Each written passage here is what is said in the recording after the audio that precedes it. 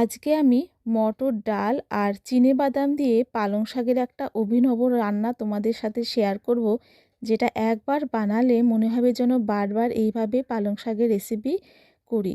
তো চলো বন্ধুরা, আমি কিভাবে এই পালং শাকের দারুণ টেস্টি রান্নাটা করব সেটাই তোমাদের সাথে শেয়ার করি।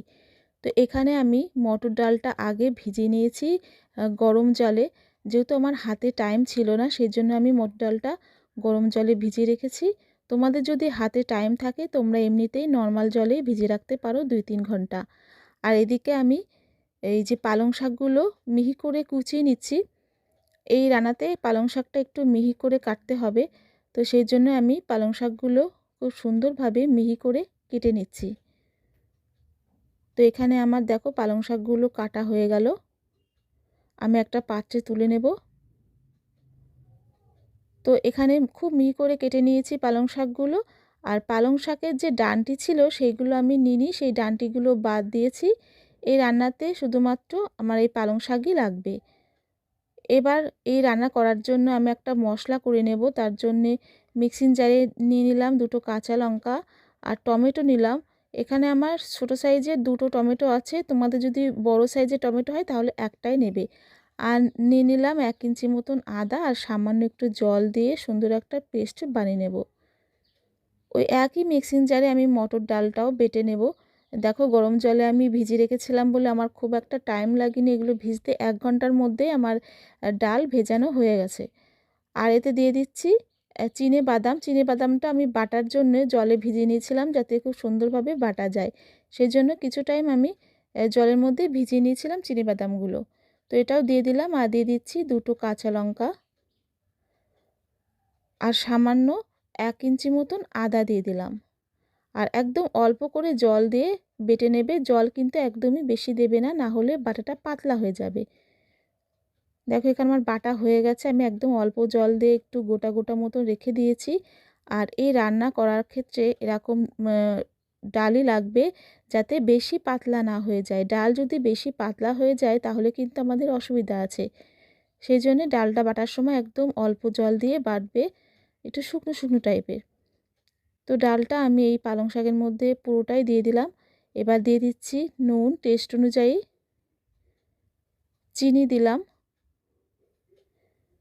দিয়ে দিচ্ছি হলুদ গুঁড়ো, দিয়ে দিলাম জিরে গুঁড়ো।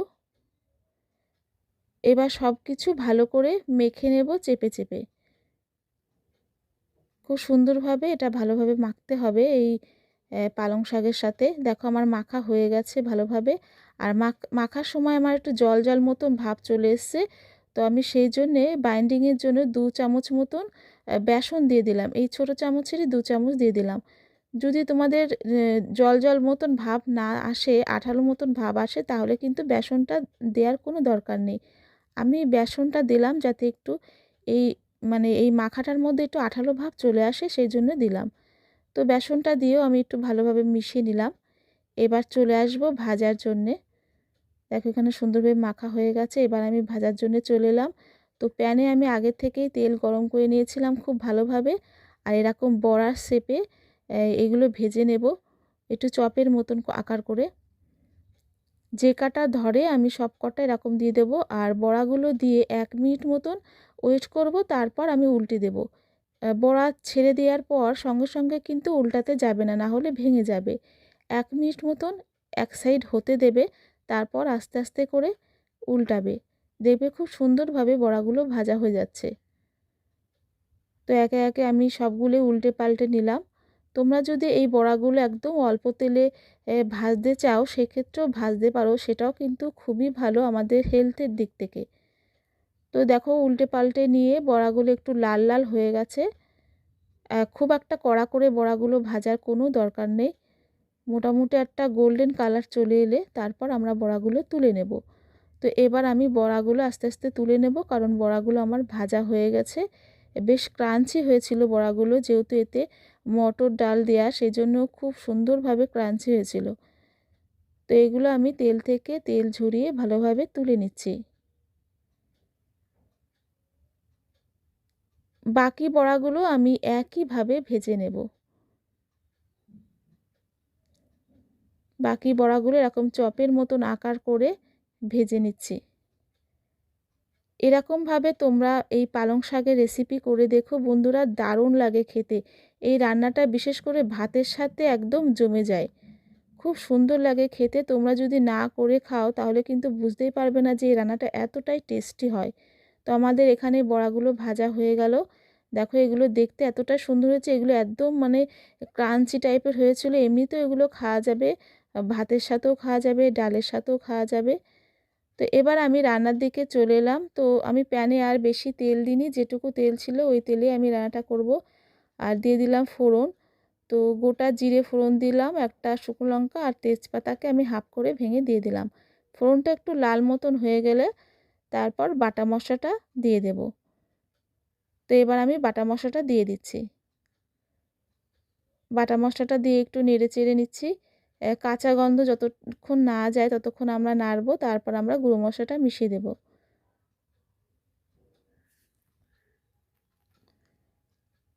এবার আমি এতে বাটি ধোয়া জলটাও দিলাম, দিয়ে আবারও একটু ভালো করে কুক করছি, মশলা যাতে ভালোভাবে কুক হয়।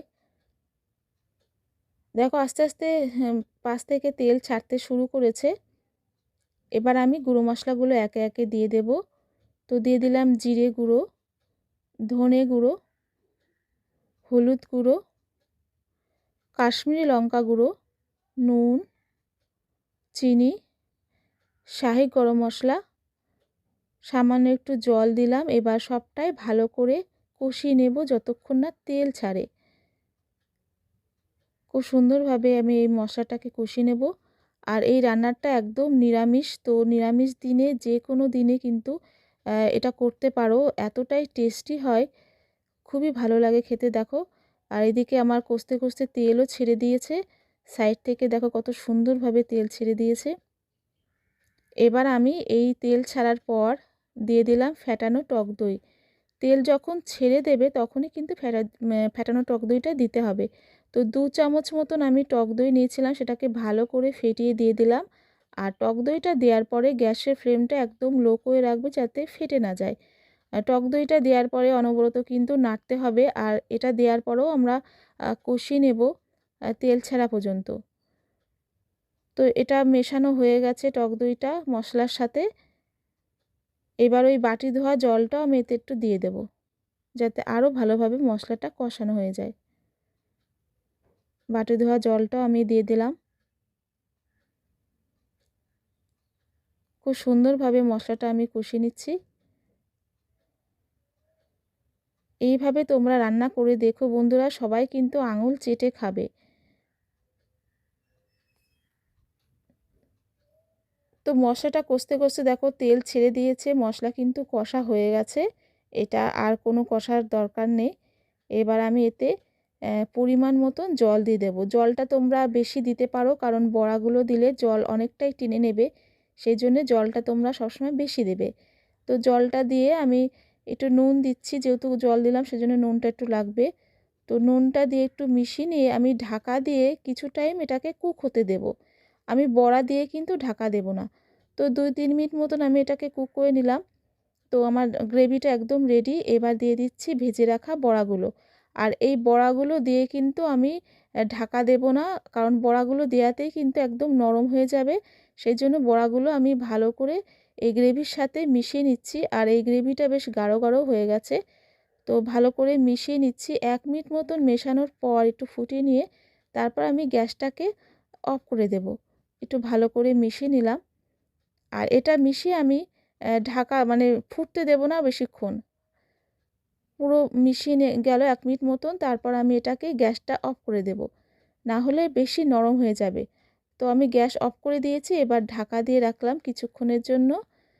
তো কিছুক্ষণ পর আমি ফিরে এলাম। দেখো আমাদের রান্না কিন্তু একদম হয়ে গেছে। এটা দেখতে যতটাই সুন্দর হয়েছে, খেতেও কিন্তু দারুণ হয়েছিল। তোমরা বাড়িতে অবশ্যই এভাবে ট্রাই করো। আশা করি তোমাদের আমার রান্না ভালো লেগেছে। সবাই ভালো থেকো, সুস্থ থেকো, টাটা।